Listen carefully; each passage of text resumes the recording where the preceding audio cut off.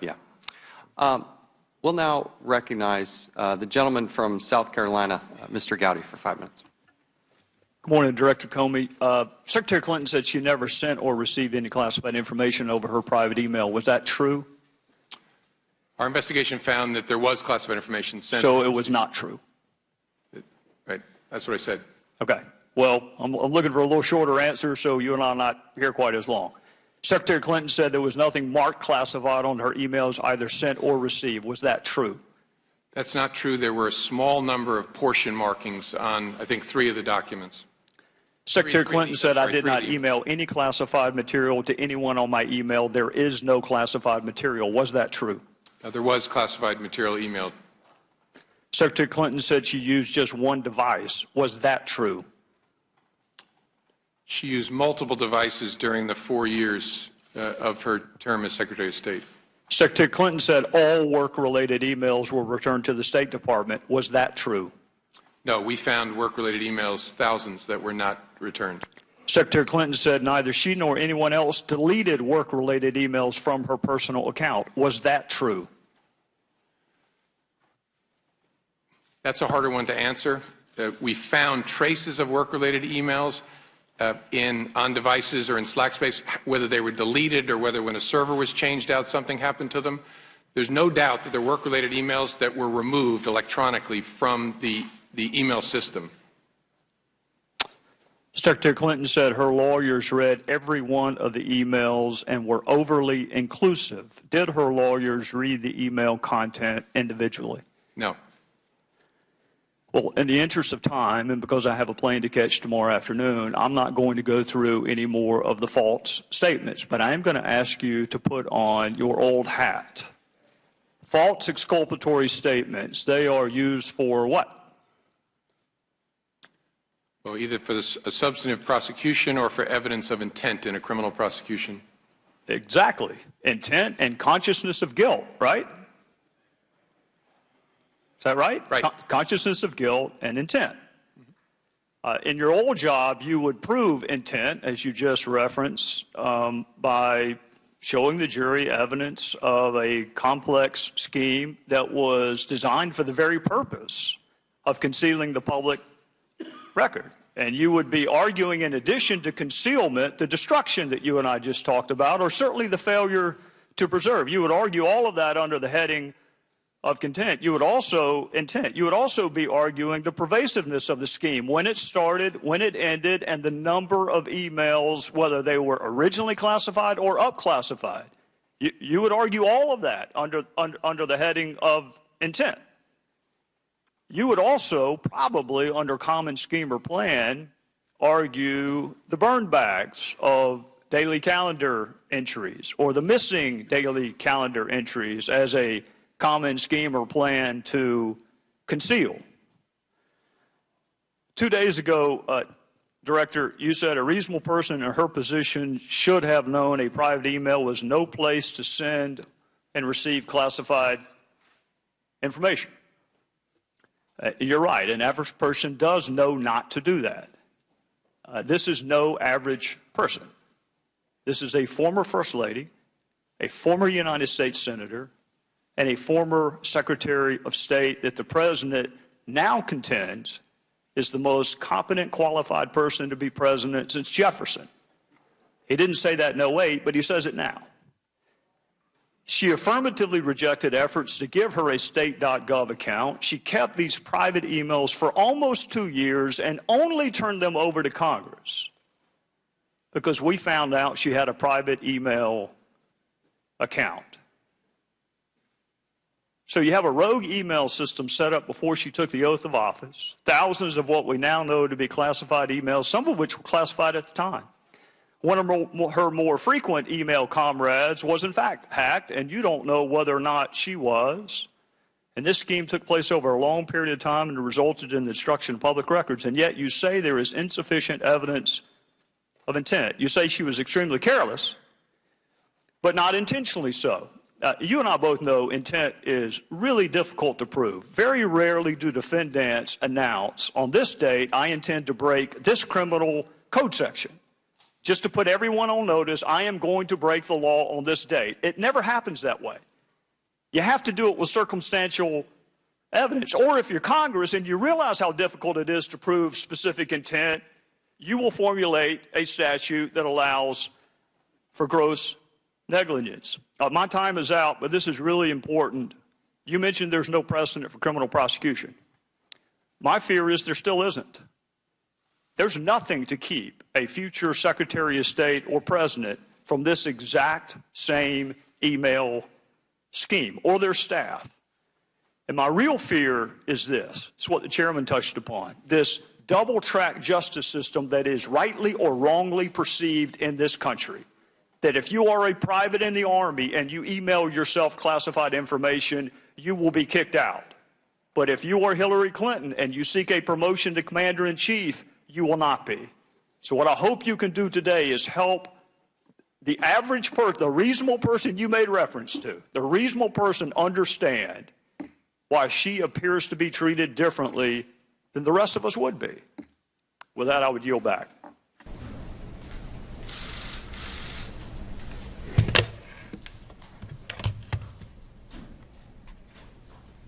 Good morning. I'm here to give you an update on the FBI's investigation of Secretary Clinton's use of a personal email system during her time as Secretary of State. After a tremendous amount of work over the last year, the FBI is completing its investigation and referring the matter to the Department of Justice for a prosecutive decision. What I want to do today is three things. I want to tell you what we did, I want to tell you what we found, and I want to tell you what we're recommending to the Department of Justice. This is going to be an unusual statement in at least a couple of ways.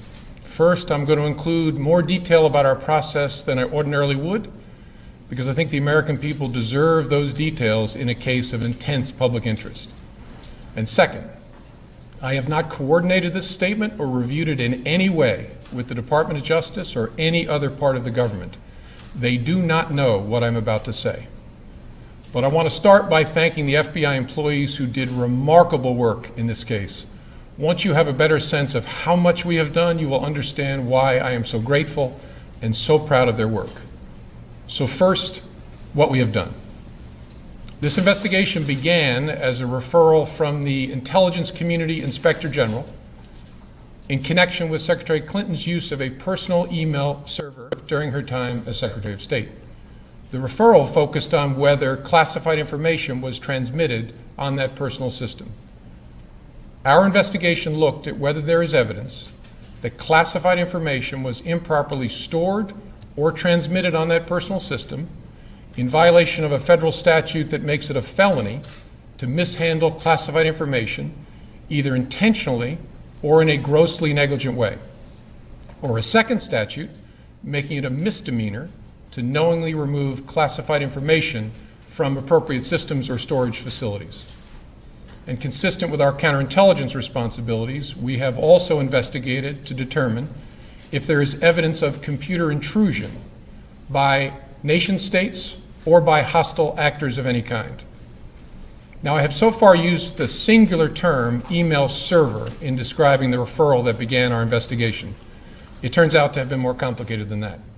Secretary Clinton used several different servers and administrators of those servers during her 4 years at the State Department. And she also used numerous mobile devices to send and to read email on that personal domain. As new servers and equipment were employed, older servers were taken out of service, stored, and decommissioned in various ways. Piecing all of that back together to gain as full an understanding as possible of the ways in which personal email was used for government work has been a painstaking undertaking, requiring thousands of hours of effort. For example, when one of Secretary Clinton's servers was decommissioned in 2013, the email software was removed. That didn't remove the email content, but it was like removing the frame from a huge unfinished jigsaw puzzle and then dumping all the pieces on the floor. The effect was that millions of email fragments ended up in the server's unused or slack space. We searched through all of it to understand what was there and what parts of the puzzle we could put back together again. FBI investigators also read all of the approximately 30,000 emails that Secretary Clinton provided to the State Department in 2014. where an email was assessed as possibly containing classified information, the FBI referred that email to any government agency that might be an owner of that information, so that agency could make a determination as to whether the email contained classified information at the time it was sent or received, or whether there was reason to classify it now, even if the content had not been classified when it was first sent or received. And that's the process sometimes referred to as up-classifying. From the group of 30,000 emails returned to the State Department in 2014, 110 emails in 52 email chains have been determined by the owning agency to contain classified information at the time they were sent or received. 8 of those chains contained information that was top secret at the time they were sent. 36 of those chains contained secret information at the time, and 8 contained confidential information at the time. That's the lowest level of classification. Separate from those, about 2,000 additional emails were up-classified to make them confidential. Those emails had not been classified at the time that they were sent or received. The FBI also discovered several thousand work-related emails that were not among the group of 30,000 emails returned by Secretary Clinton to State in 2014. We found those emails in a variety of ways. Some had been deleted over the years, and we found traces of them on servers or devices that have been connected to the private email domain. Others we found by reviewing the archived government accounts of people who'd been government employees at the same time as Secretary Clinton, including high-ranking officials at other agencies, folks with whom a Secretary of State might normally correspond.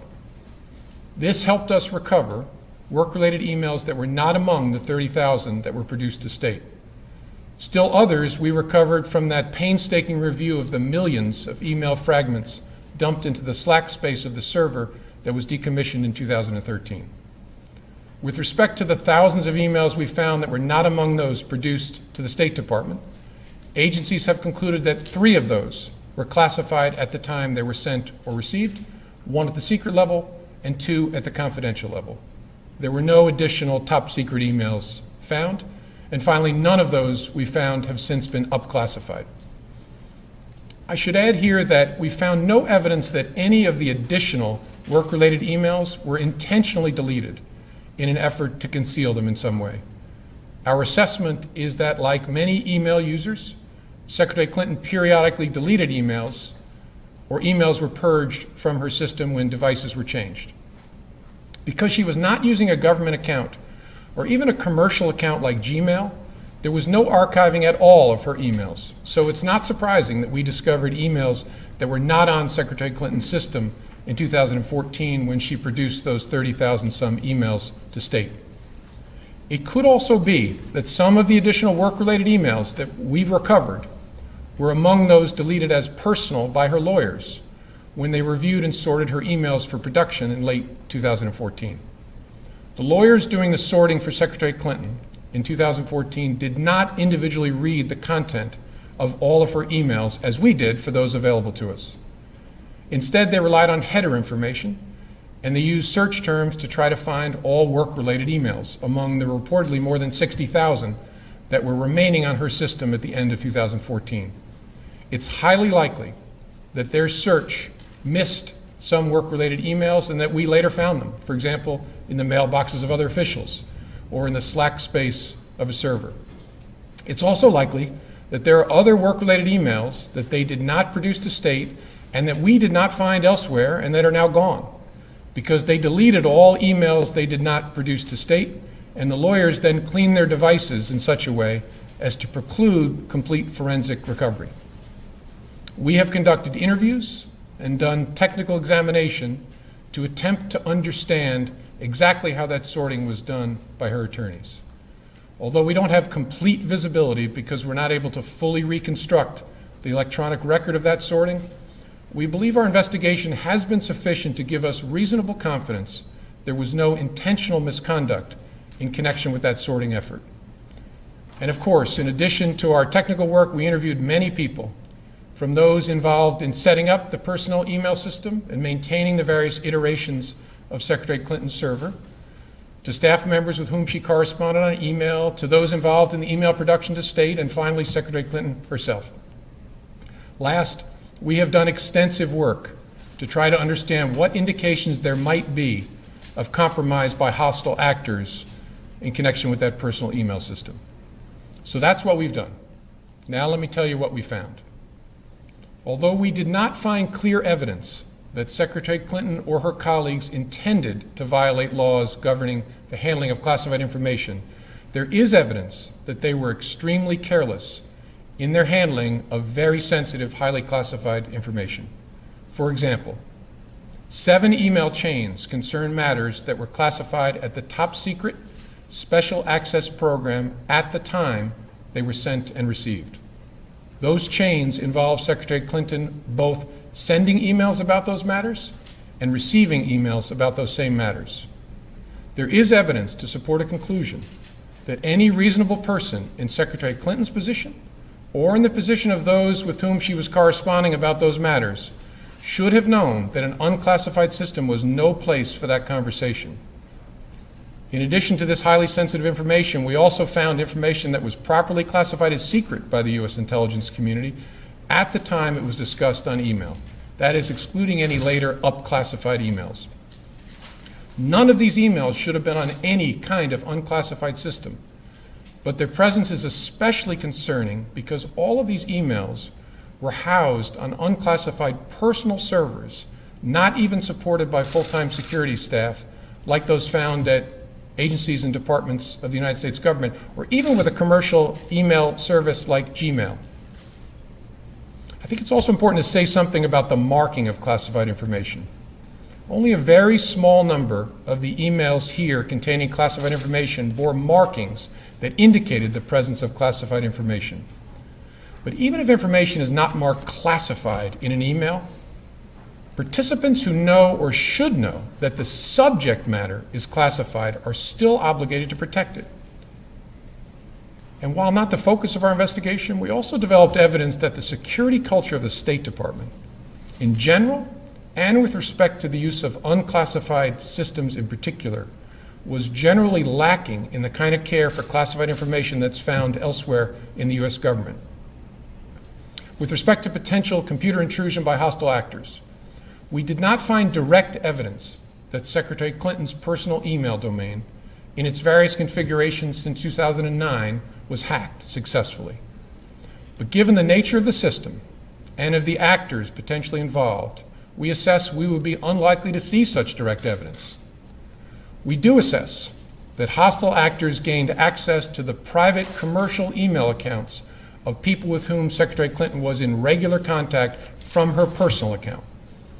We also assess that Secretary Clinton's use of a personal email domain was both known by a large number of people and readily apparent.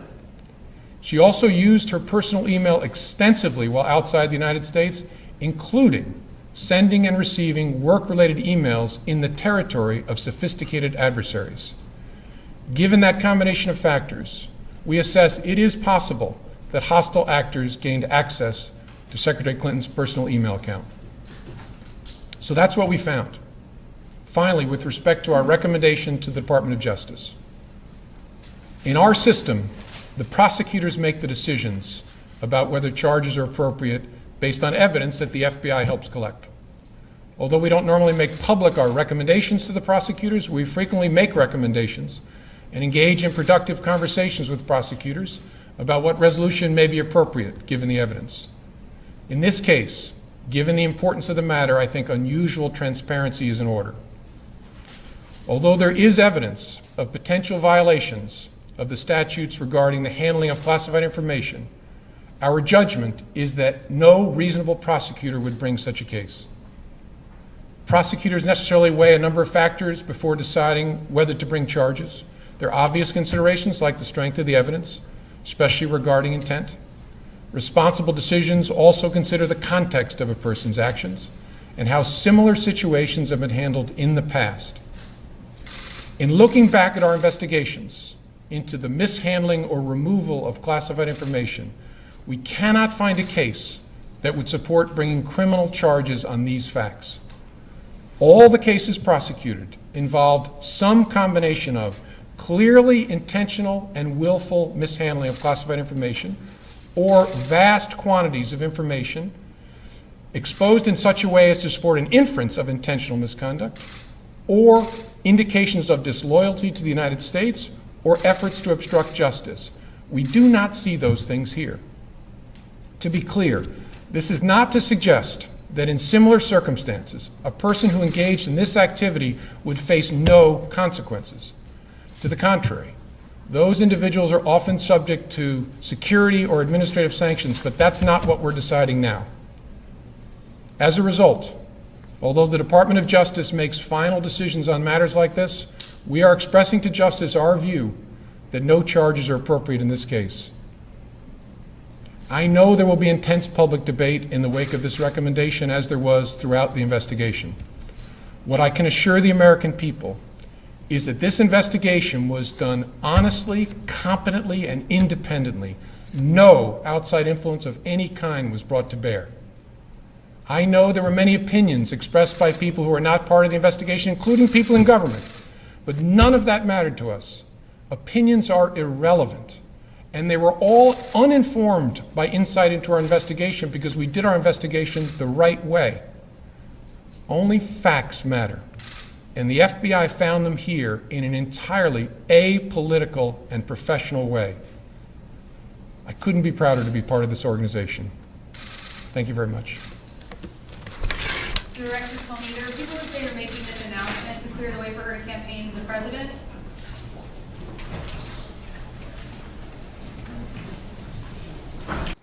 You know, Hillary Clinton has just dug a hole for herself that now requires an indictment. Her response this past Sunday to Chris Wallace in an interview, when he says that FBI Director Comey said none of the things Hillary told the American people were true, says it all. Take a listen. After a long investigation, FBI Director James Comey said none of those things that you told the American public were true. Chris, that's not what I heard Director Comey say, and I thank you for giving me the opportunity to, in my view, clarify. Director Comey said that my answers were truthful, and what I've said is consistent with what I have told the American people. So the Target says the FBI director has characterized her answers to the FBI as truthful. Seriously, Hillary? That's not what the director says. But let's hear it from the director himself. Secretary Clinton said there was nothing marked classified on her emails, either sent or received. Was that true? That's not true. Secretary Clinton said I did not email any classified material to anyone on my email. There is no classified material. Was that true? There was classified material emailed. Secretary Clinton said she used just one device. Was that true? She used multiple devices during the 4 years of her term as Secretary of State. Secretary Clinton said all work-related emails were returned to the State Department. Was that true? No, we found work-related emails, thousands, that were not returned. Secretary Clinton said neither she nor anyone else deleted work-related emails from her personal account. Was that true? That's a harder one to answer. There's no doubt that there were work-related emails that were removed electronically from the email system. Secretary Clinton said her lawyers read every one of the emails and were overly inclusive. Did her lawyers read the email content individually? No. So FBI Director Comey, under oath, swears before Congress that Hillary Clinton did not tell the truth. Hillary Clinton lied, not once, not twice, but more than 10 times. So when the Washington Post, known for its liberal leanings, gives Hillary Clinton 4 Pinocchios and PolitiFact rates it a pants-on-fire statement and factcheck.org gives it a false rating, you would think the woman would understand and recognize the error of her ways.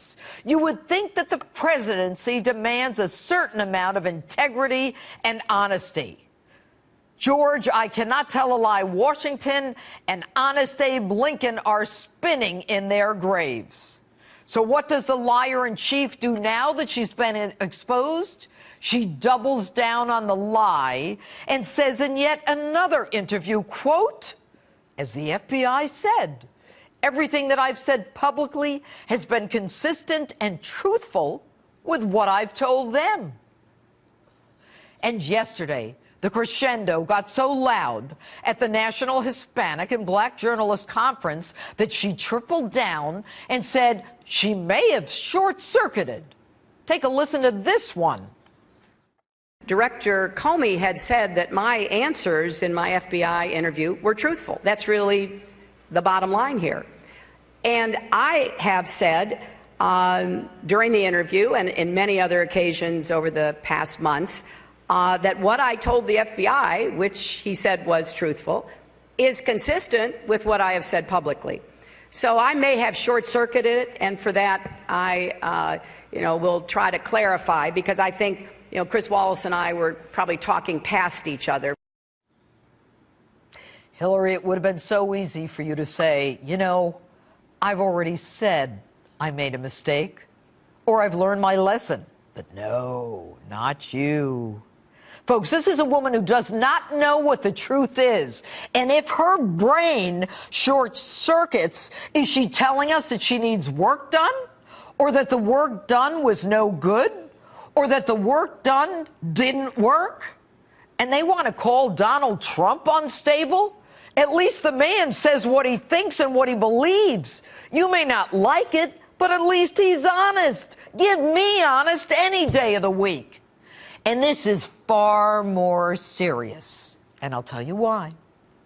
Jim Comey swore that Hillary Clinton sent classified emails.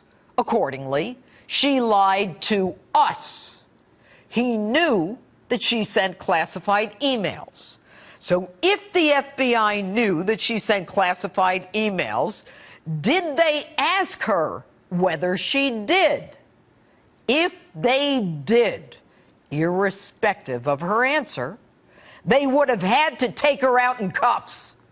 If she said no, that would have been lying to the FBI. And if she said yes, that's admitting that she violated federal criminal statutes. If the FBI already knew she had sent classified information on her private server, and they did not ask her if she did, that means that they intentionally did not want to charge Hillary Clinton. Now, folks, Jim Comey was the man in charge who made the decision to prosecute Martha Stewart for lying to the FBI on a case that had nothing to do with national security. Hillary Clinton's case had everything to do with national security, and worse, everything to do with the future of this nation.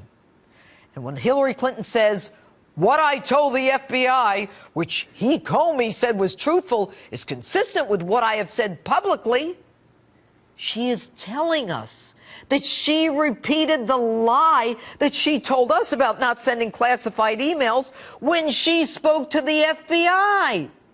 That means that she lied to the FBI.